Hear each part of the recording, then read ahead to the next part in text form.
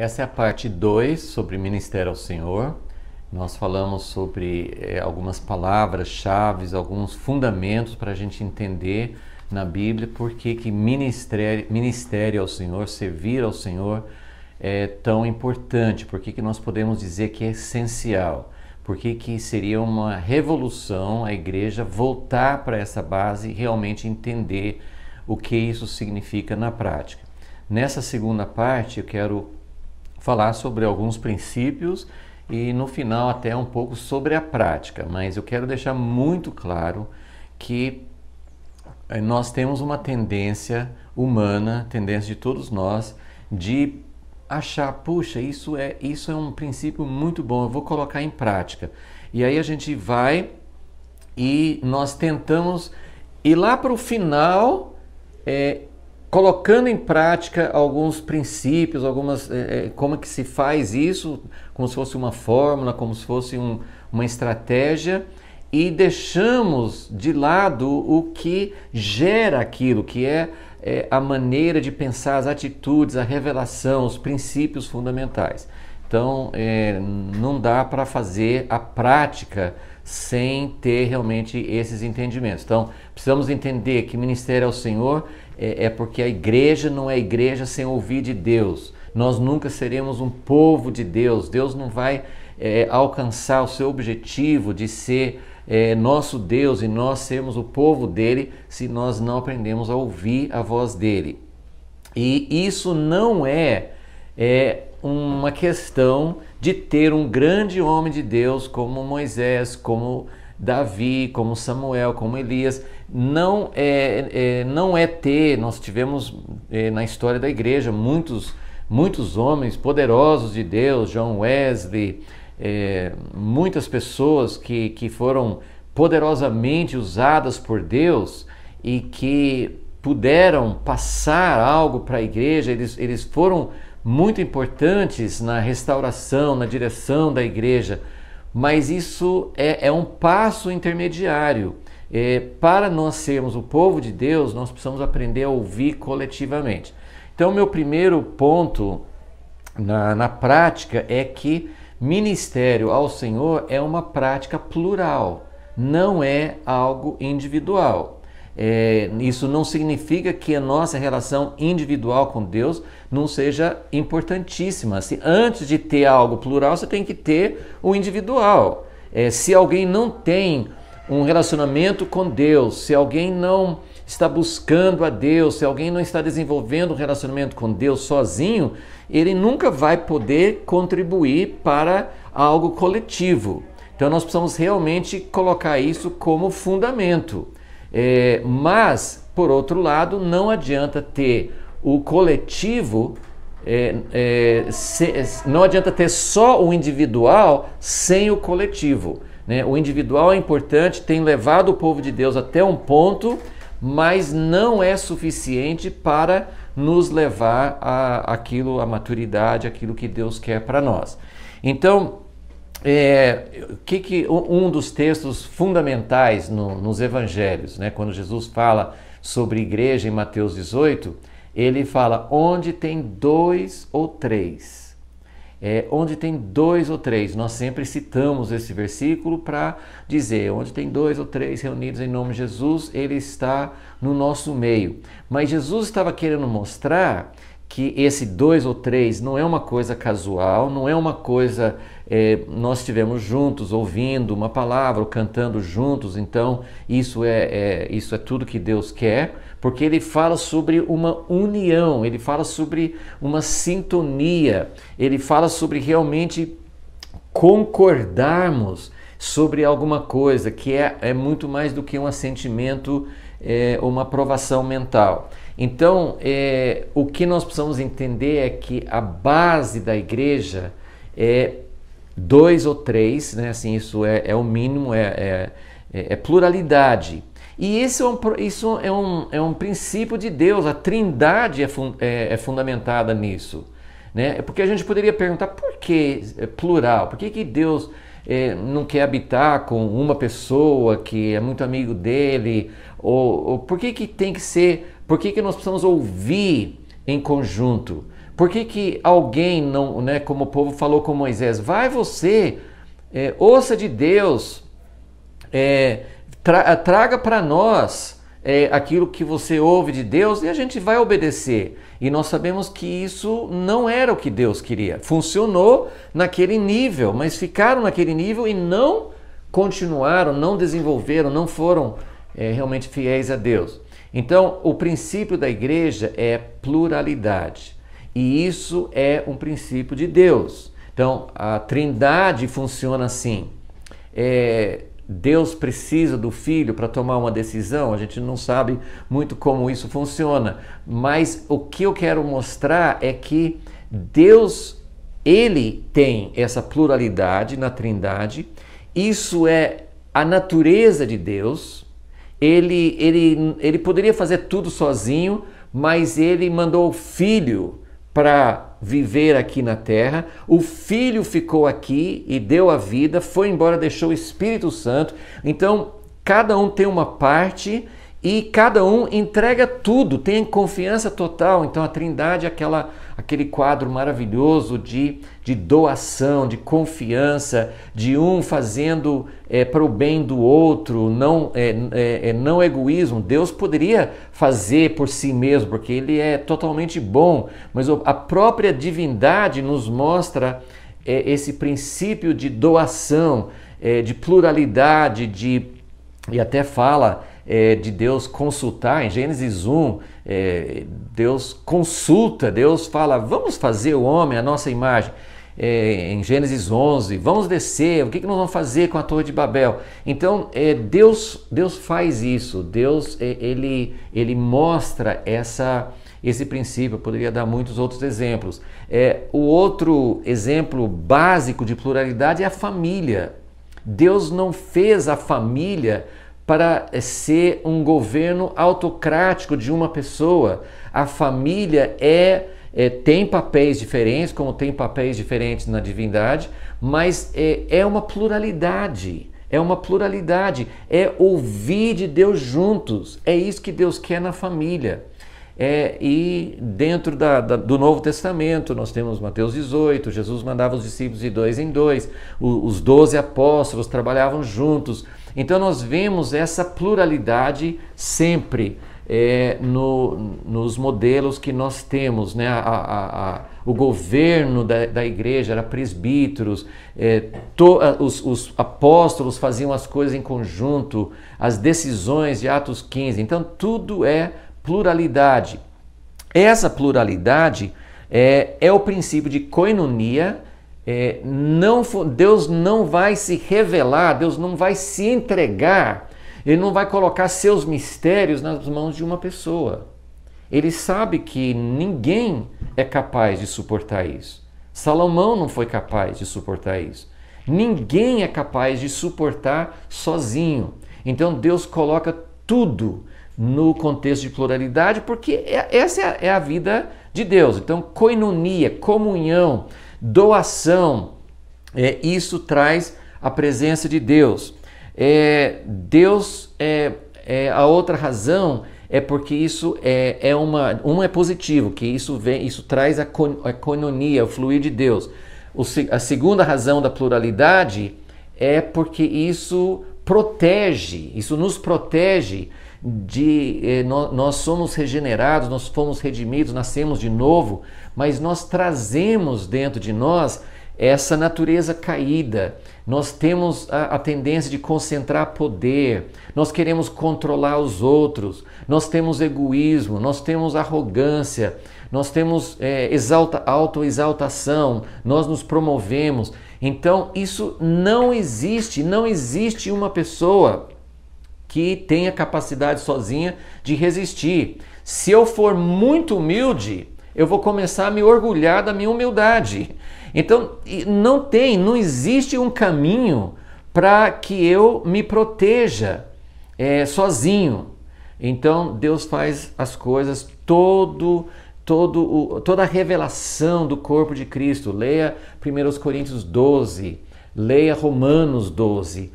Quando Paulo fala a respeito do corpo, cada um tem uma função, Deus coloca no corpo como lhe apraz. Então nós temos sempre esse princípio. No Antigo Testamento, que ainda tinha isso, mas mesmo assim Deus colocou o poder com sacerdotes e juízes. Ele nunca queria que uma pessoa concentrasse o poder, até por isso que inicialmente Deus não queria que eles colocassem um rei do jeito deles, porque um rei, como eles queriam, um rei como as outras nações, seria um rei que ia fazer isso. Eu estou enfatizando esse ponto, pode ser óbvio para vocês que estão ouvindo, mas a igreja hoje funciona assim. Mesmo em círculos, vamos dizer, de restauração, nós temos um ministério plural, muitas vezes nós vamos encontrar ainda concentração de poder, nós vamos encontrar sutilmente o desejo de ter controle, nós vamos encontrar sempre essa semente. Claro que tem diferença de funções. Nós não estamos falando sobre democracia, nós não estamos falando sobre sistemas humanos de governar a igreja ou de ter a voz de Deus entre nós.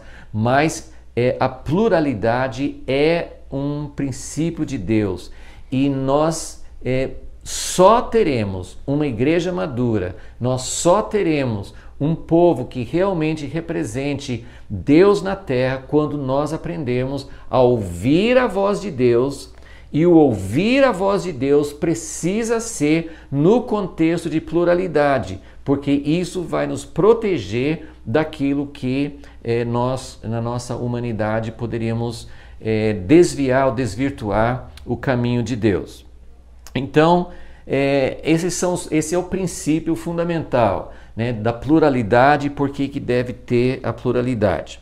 Agora eu vou falar sobre algumas coisas assim, mais práticas, como a gente pode pelo menos dar alguns passos, porque cada igreja, eu tenho falado com algumas pessoas que a prática de ouvir de Deus coletivamente, ela precisa ser aprendida em cada contexto.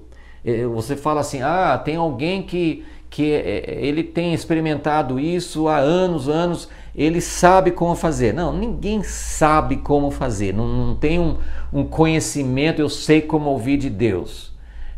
Deus é uma pessoa, Ele é muito acima de nós, Ele age como Ele quer, quando quer, não que Ele não tenha princípios claros, mas nós não temos a chave, nós não temos o controle de Deus. Então, quando você vai, por exemplo, na sua família, você vai ouvir de Deus com sua esposa, talvez com alguns filhos mais adultos, isso tem um tipo de contexto. Você vai ouvir de Deus no contexto da igreja local, você vai ouvir de Deus dentro de um contexto ministerial, um ministério de evangelismo, um ministério de louvor. Em cada contexto, porque você está se relacionando com pessoas diferentes. Então, o ouvir de Deus é como... Eu acho que tem duas ilustrações muito fáceis de entender. Você tem futebol, você pega uma seleção nacional, todos eles são jogadores excelentes, sabem jogar muito bem, mas aí chama a seleção, o técnico escolhe, né, os jogadores, um daqui, outro dali. O que acontece? Eles sabem jogar juntos? Não necessariamente, eles vão ter que ensaiar para entrosamento.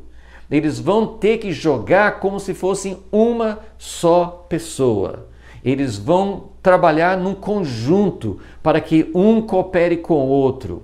O outro exemplo excelente para isso é uma orquestra musical. Então cada um sabe tocar muito bem seu instrumento, mas isso significa que pode pegar qualquer peça musical e já começar a tocar juntos em harmonia?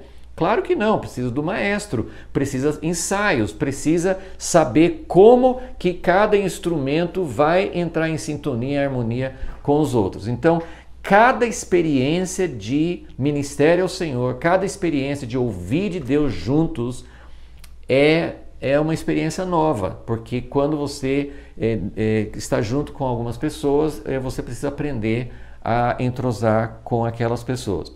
Em termos de uma igreja local, qual que é a grande revolução?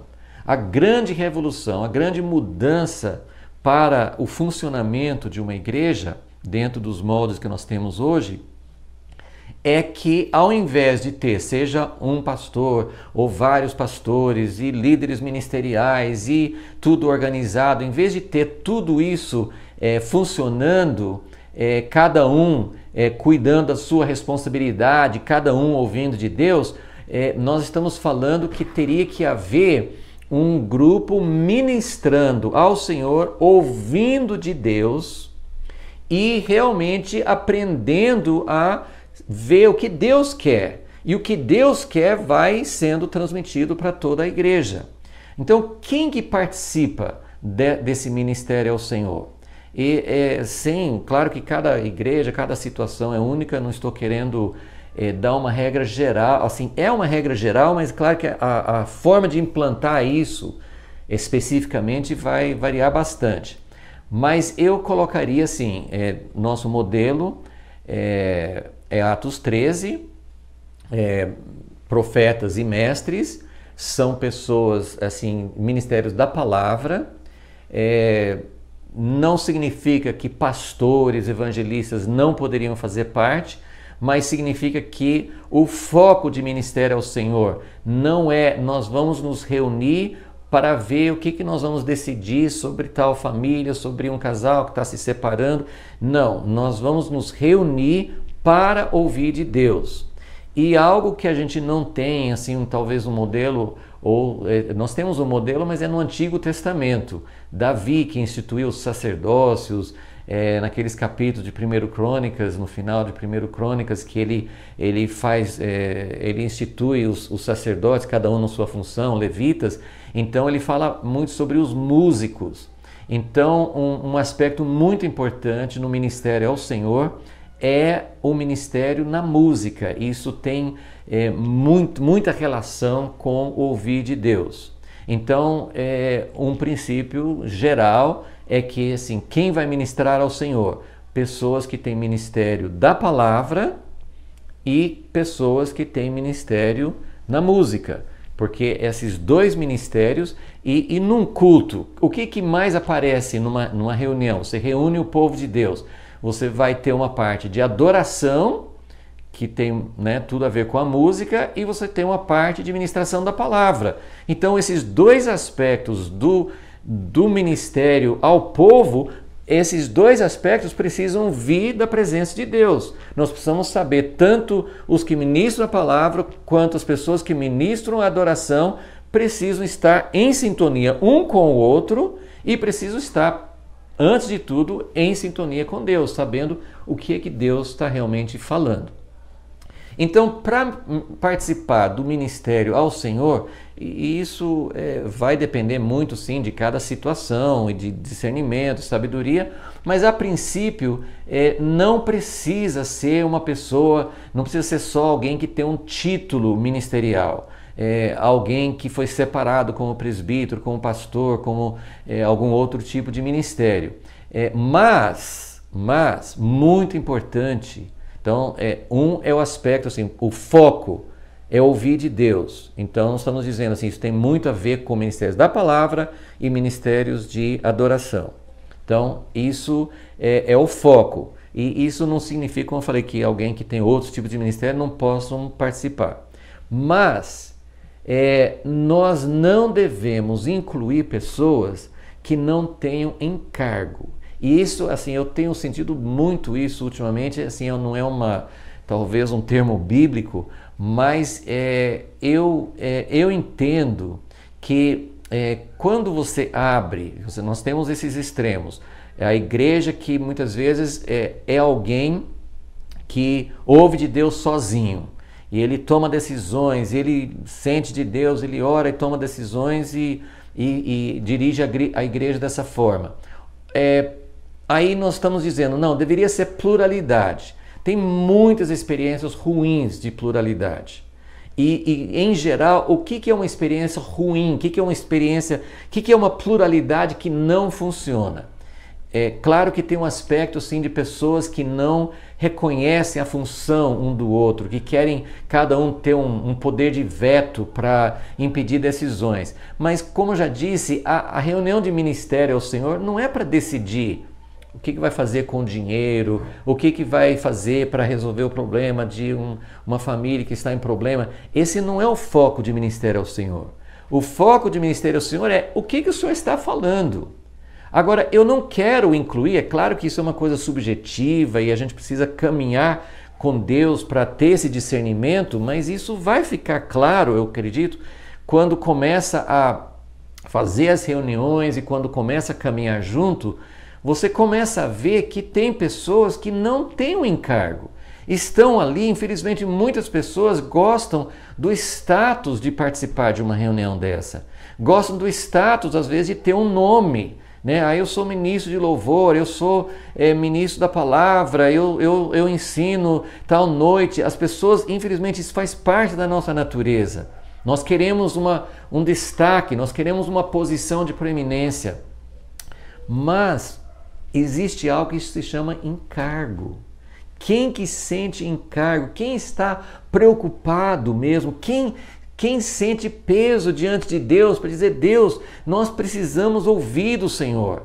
E se você tem pessoas num grupo de ministério ao Senhor que não tem um encargo, você vai ter alguém que não só não vai ajudar, ele ou ela vai pesar a reunião, porque não vai ser uma pessoa ativa, não vai ser uma pessoa que tem realmente encargo. Às vezes a pessoa, até mesmo por um tempo, ela não tenha condições de participar. Uma pessoa que está passando por uma situação muito difícil e não consegue focar naquilo de buscar a Deus, tem outra coisa que está pesando muito na vida, no coração daquela pessoa, pode ser até compromissos de trabalho. Existem situações que impedem uma pessoa.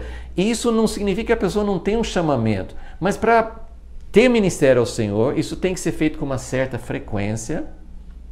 Não é uma coisa, uma vez por mês, uma coisa assim muito, com muito espaço de tempo, uma coisa assim muito, vamos fazer a nossa reuniãozinha. Tem que ser algo que envolva um encargo. Você faz isso porque realmente eu desejo e eu quero fazer parte disso. Eu não preciso aparecer, eu não preciso ser a pessoa que vai ministrar, mas eu sinto esse desejo de contribuir.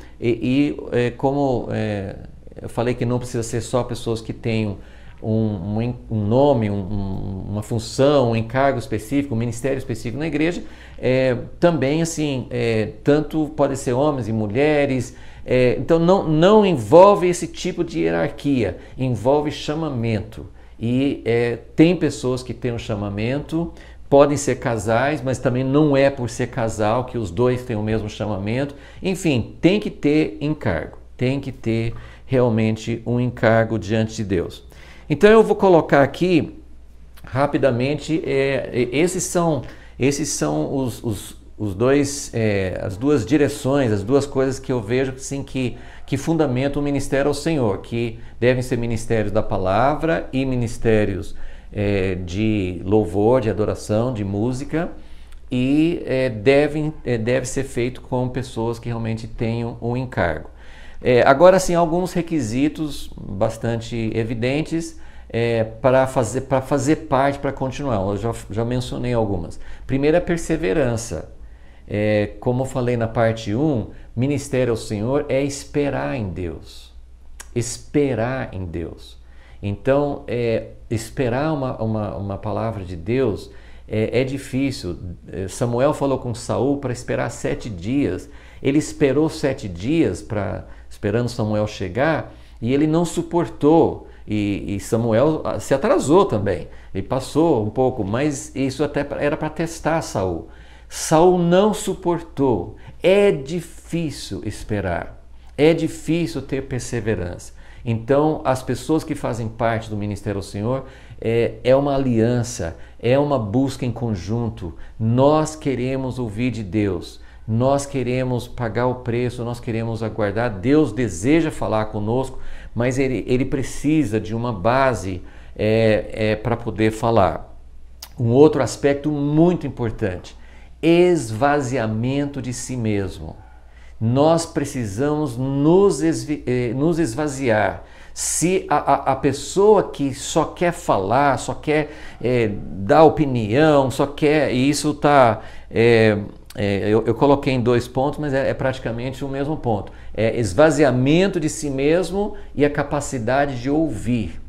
Incrível como pessoas maduras assim, a gente pensa que a verdadeira maturidade não é isso, mas pessoas que têm muita experiência, que são pessoas experimentadas, pessoas de anos de ministério, não conseguem ouvir, não conseguem esvaziar a si mesmos. Então, o ministério ao Senhor, isso é um requisito básico: perseverança, esvaziamento de si mesmo, não querer ser o centro, não querer ter a última palavra, não quer ser ouvido a todo tempo, não está sempre dominando a conversa ou a oração. É uma coisa em conjunto. Outra vez, tanto o futebol como a orquestra mostra muito isso. O cara que é bom jogador, mas que sempre está com a bola, ele vai atrapalhar o time. Então, precisamos trabalhar juntos. Claro que um pode aparecer mais que o outro. Existem funções diferentes, mas nós precisamos ter esse requisito de esvaziamento. Nós precisamos ser pessoas fracas, pessoas que sabem que nós não somos capazes sozinhos. E o último requisito, eu coloquei 4. Então, perseverança, esvaziamento, capacidade de ouvir e unanimidade. Nós precisamos aprender a buscar a unanimidade. Ninguém deve ter nenhum poder de veto, e o Ministério do Senhor, como eu falei, não é para decidir sobre finanças, não é para decidir sobre decisões na igreja. Mas o Ministério ao Senhor é para ouvir de Deus.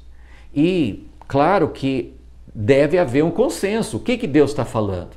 Então, se você tem 5 pessoas, 4 sentem que Deus está falando isso, e um fala assim: não, eu não acho que Deus falou isso. Então, isso é um impedimento. Agora, como que nós vamos lidar com isso? Eu não tenho condições de tratar desse assunto aqui, mas nós precisamos aprender a buscar a unanimidade. Tanto pode ser que a pessoa que não está vendo como os outros, pode ser que falte humildade, pode ser que falte a capacidade de: peraí, será que eu estou vendo certo? Eu vou buscar ouvir mais de Deus, quem sabe eu estou com algum bloqueio sobre isso. Quanto as outras pessoas também podem, mesmo que seja 4-1, as 4 pessoas podem dizer: olha, tem um irmão aqui, uma irmã que tem uma ressalva, tem uma restrição, não percebem que isso é de Deus, vamos orar mais sobre isso. E a ideia, assim, o objetivo é unanimidade. O Espírito Santo pode trazer unanimidade. E agora vou terminar com uma palavra rápida sobre dinâmica da reunião, que também não é uma coisa limitadora, mas é algo que devemos prestar atenção. Assim, acho que é uma dica muito válida para a gente poder entender como é que funciona o ministério ao Senhor. Isso não é um limitador, isso não é uma coisa que vai dizer sempre faz assim, assim, assim, mas eu coloco aqui que tem 3 aspectos, 3 dinâmicas na reunião de ministério ao Senhor. Uma é conversa. Precisa ter a liberdade para conversar, eu vou falar já sobre o que significa isso, mas as pessoas, uma das maneiras de ouvir de Deus é conversar juntos, porque nós estamos procurando um consenso juntos, o que Deus está falando. Então tem conversa, tem oração.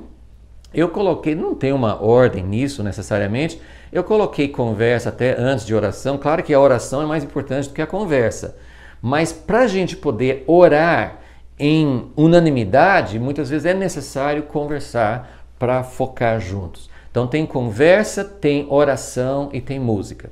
Então nós temos 3 dinâmicas, 3 coisas que estão acontecendo na reunião. É claro que no meio disso tem revelações, tem dons do Espírito, tem Deus falando conosco, que é a dinâmica mais importante de todas. Mas estou falando assim, o que nós estamos fazendo nessa reunião. Então, a conversa, ela pode acontecer no início da reunião e no fim.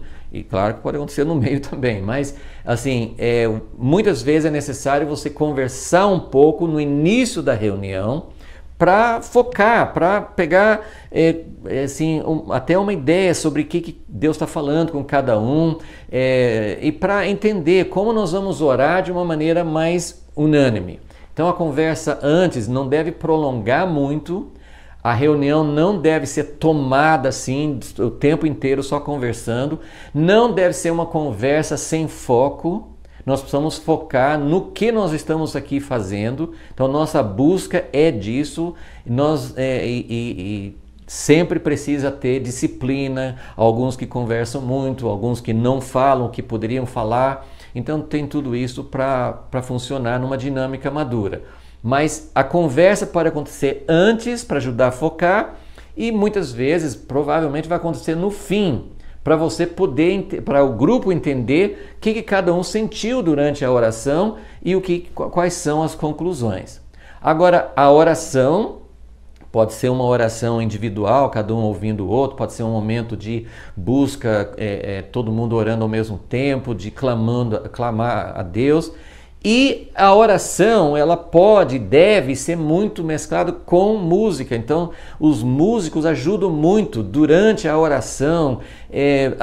Muitas músicas são orações. Então, as músicas ajudam muito também para a gente poder, para o grupo entrar na presença de Deus. A música, ela pode ser um veículo, pode ser um meio de Deus começar a nos direcionar, tanto para saber como orar, ou pode ser algo que Deus traz para a gente ouvir dele. Então, essas são as dinâmicas, são algumas dicas. O assunto é vasto, mas são essas sugestões, são esses princípios que eu queria compartilhar, que eu espero que ajudem muitos irmãos e muitas igrejas. A minha oração é que Deus faça uma revolução na nossa vida, na vida dos irmãos, na vida das igrejas, para que nós possamos ouvir de Deus de uma forma mais eficaz, que seja uma voz de Deus, que o povo de Deus possa realmente ouvi-lo coletivamente. Deus abençoe você, Deus abençoe a igreja, Deus prepare a noiva para a volta de Jesus.